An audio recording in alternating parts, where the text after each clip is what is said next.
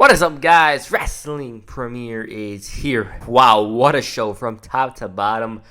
I was left more hyped than I was coming into it. Now, I'm going to be honest. I didn't jump on the AEW train in the beginning. I saw some stuff here and there, but never really got into it until that Winter is Coming special. From there, I started paying attention to the show more and more. I watched Revolution. Following that, I started tuning into Dynamite.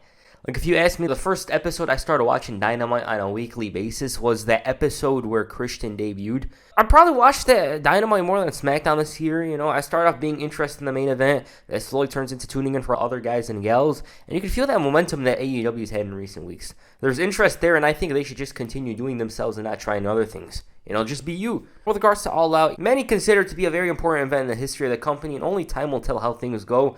But I'm very optimistic. So right now, let's get into it. Alright, the first match in the main show is for the TNT Championship. Miro defended the gold against Eddie Kingston. Cool opener.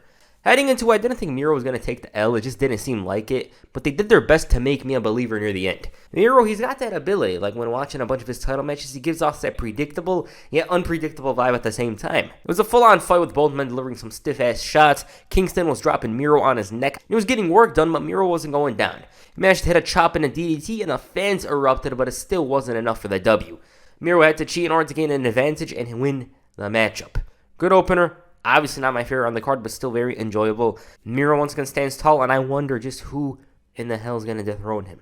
He's booked and looked really well out there. He's much more vicious, aggressive, and I'm all for it. Like in the beginning, they were like, oh, his run wasn't the best. And I agreed. Like at the time, I hated his run. I just did not like the video game thing.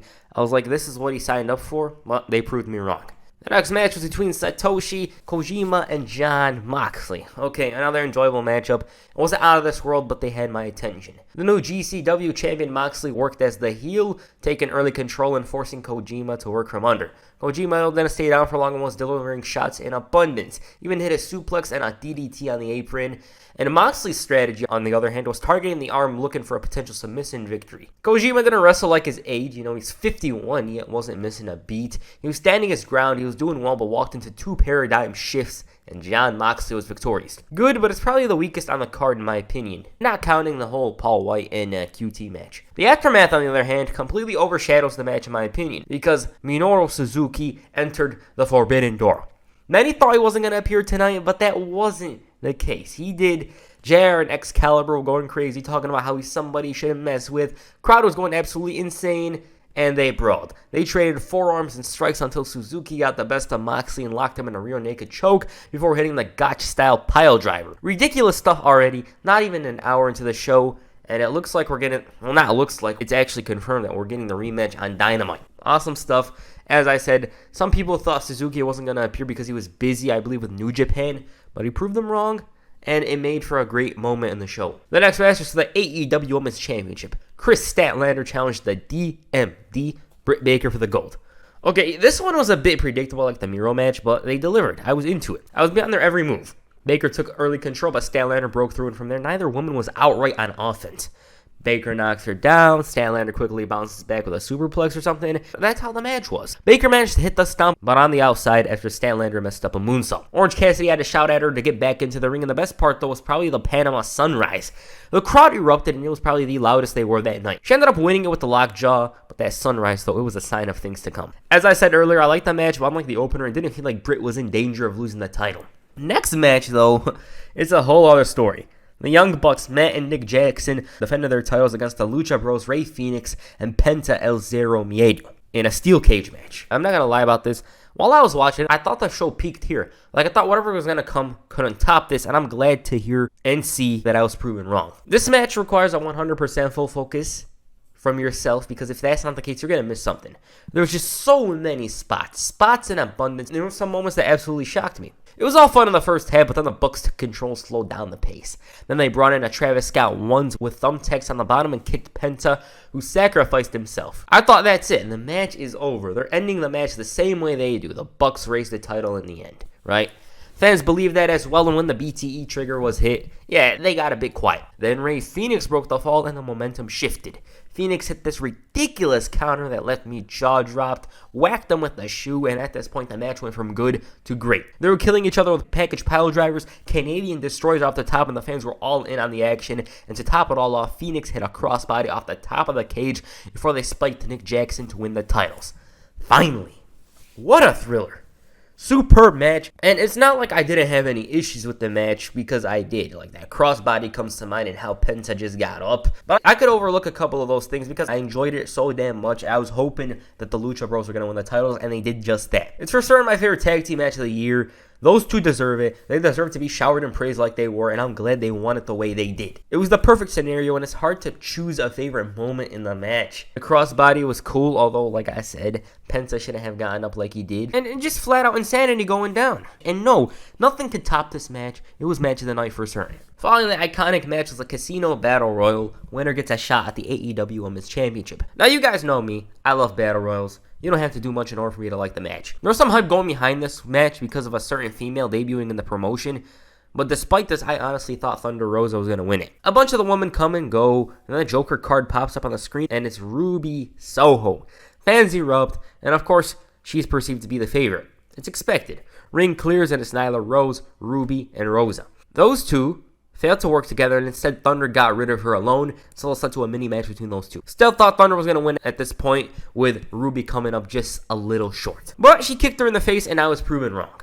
JR's like, Ruby Riott wins this match, and the fans on Twitter, oh my god, they absolutely killed him. As I usually say, I like Battle Royals. This obviously was a world beater. You know, it's not my favorite Battle Royal. It's far from it. But Ruby debuted and became #1 contender, so that's cool. But another thing that caught me off guard was the fact that Hikaru Shida was eliminated very early on. I just assumed she was going to make it very far in the match because she was literally the last champion. Not only that, she was champion for over a year. Whatever. Like I said, Ruby, it's cool to see her return. It was a big moment. Fans erupted. That's nice to see. The next match was Chris Jericho and MJF. If Jericho loses, he can't wrestle in AEW again. Maxwell managed to troll us once more with the whole Jericho's final match thing. Chris had a live performance of Judas from a buddy of his with Fozzy. And with regards to the match, I thought it was solid. Not bad at all. The feud has been going on ever since I started watching AEW. Like, I believe the first week I started watching, it had only begun. I believe it was a segment where the Inner Circle turned face after MJF revealed that he was planning all along. It feels like it's been going on for about 2 years now. MJF targeted Chris's left arm initially and even managed to hit the Heat Seeker. Jericho, though, beat the count and bounced back by dropping MJF on the apron, and what's odd was the fact that MJF hit a moonsault, and it caught the commentary team off guard, as well as myself. I liked how he used Chris Jericho's moves against him. You know, it was a minor touch.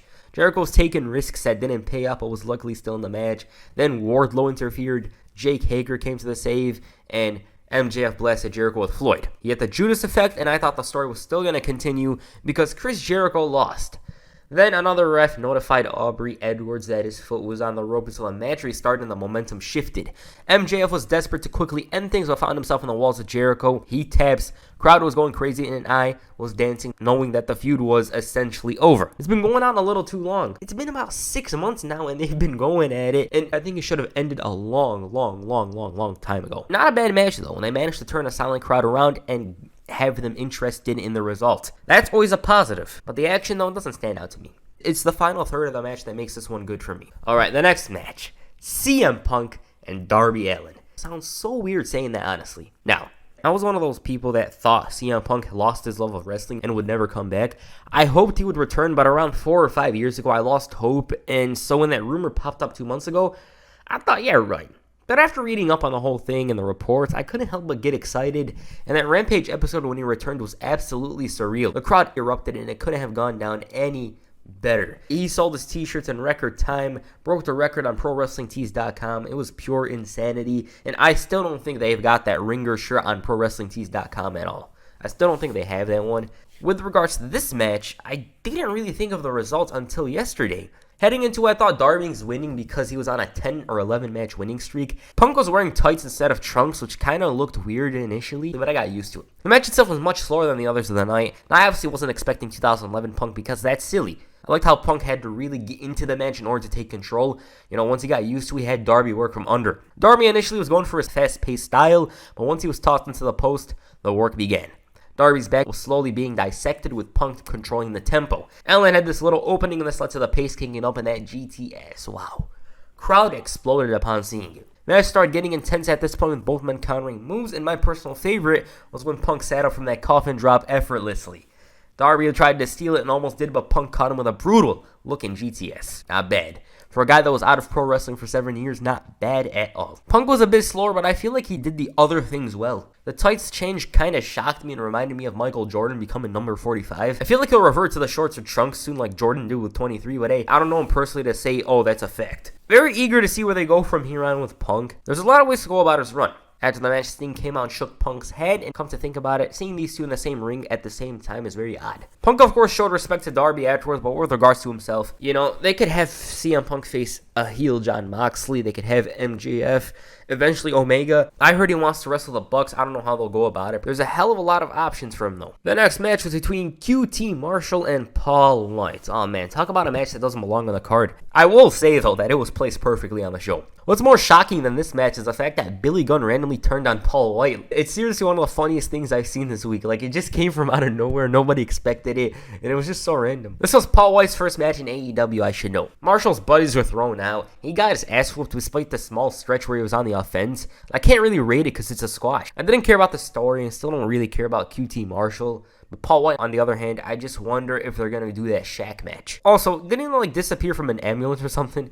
But yes, no more BS. Paul Wight. He wins his debut match by beating QT Marshall. And imagine hearing that from somebody last year. But anyways, it's time. And the main event. Kenny Omega defends the AEW World Championship against the Impact World Champion, Christian Cage. Sounds good and looks good to see Christian in the main event.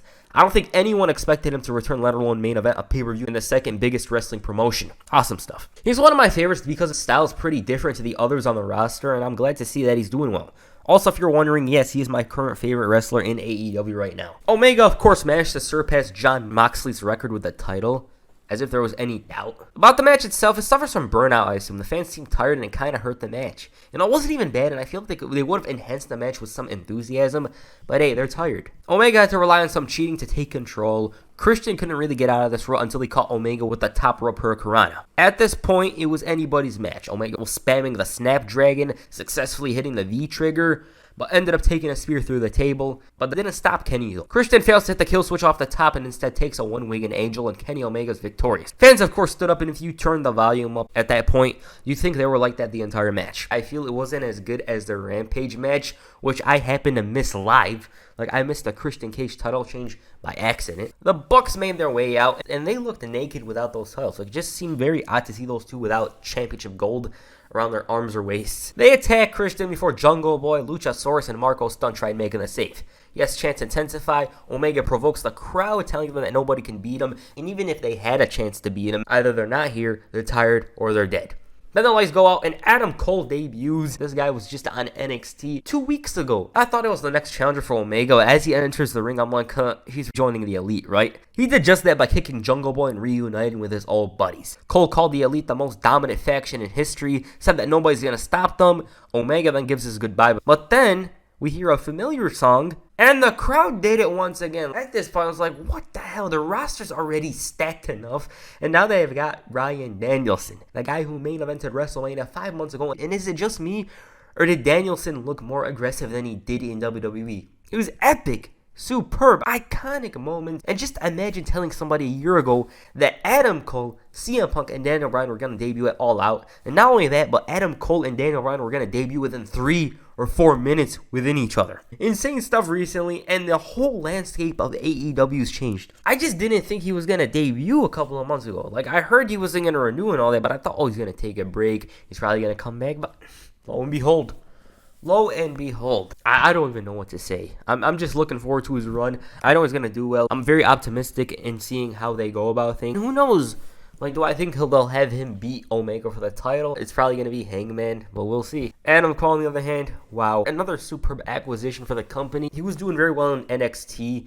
I don't know how he's going to do in the main roster. Might have been for the better that he chose AEW, because say he renews his contract, it doesn't matter how much they pay him. They could just release him with the snap of their fingers and say, oh, budget cuts. Alright, that's All Out. I'm at loss for words with the ending. That ending was something special. I think we're going to look back on it 5-10 years from now is a very important moment in the history of AEW. Only time will tell how they go about things from here on. But whatever they do, it doesn't matter if they botch it. That moment itself, like when we look back on it, is going to be iconic. Alright, this is my favorite AEW pay-per-view that I've watched. I've thoroughly enjoyed every match one way or another, barring the QT Marshall and Paul Way thing. I didn't care for that, but it was a nice break from things. CM Punk's return was cool to see. I'm sure he was slower and all that, but he still put in a good performance with Darby Allin. But the best moment, and nothing's going to overshadow this at all, is the main event when Adam Cole and Bryan Danielson debuted within 3 minutes of each other. Insanity. I loved every single second of that ending, as did a bunch of people on Twitter. Like, I was hyped as hell. It was midnight, and I was excited for the future of AEW. What do you guys think of All Out? Please comment down below, and that's it for this video. Make sure you hit the paradigm shift on the like button, or perhaps the one-winged angel on the subscribe button. Peace, I'm out.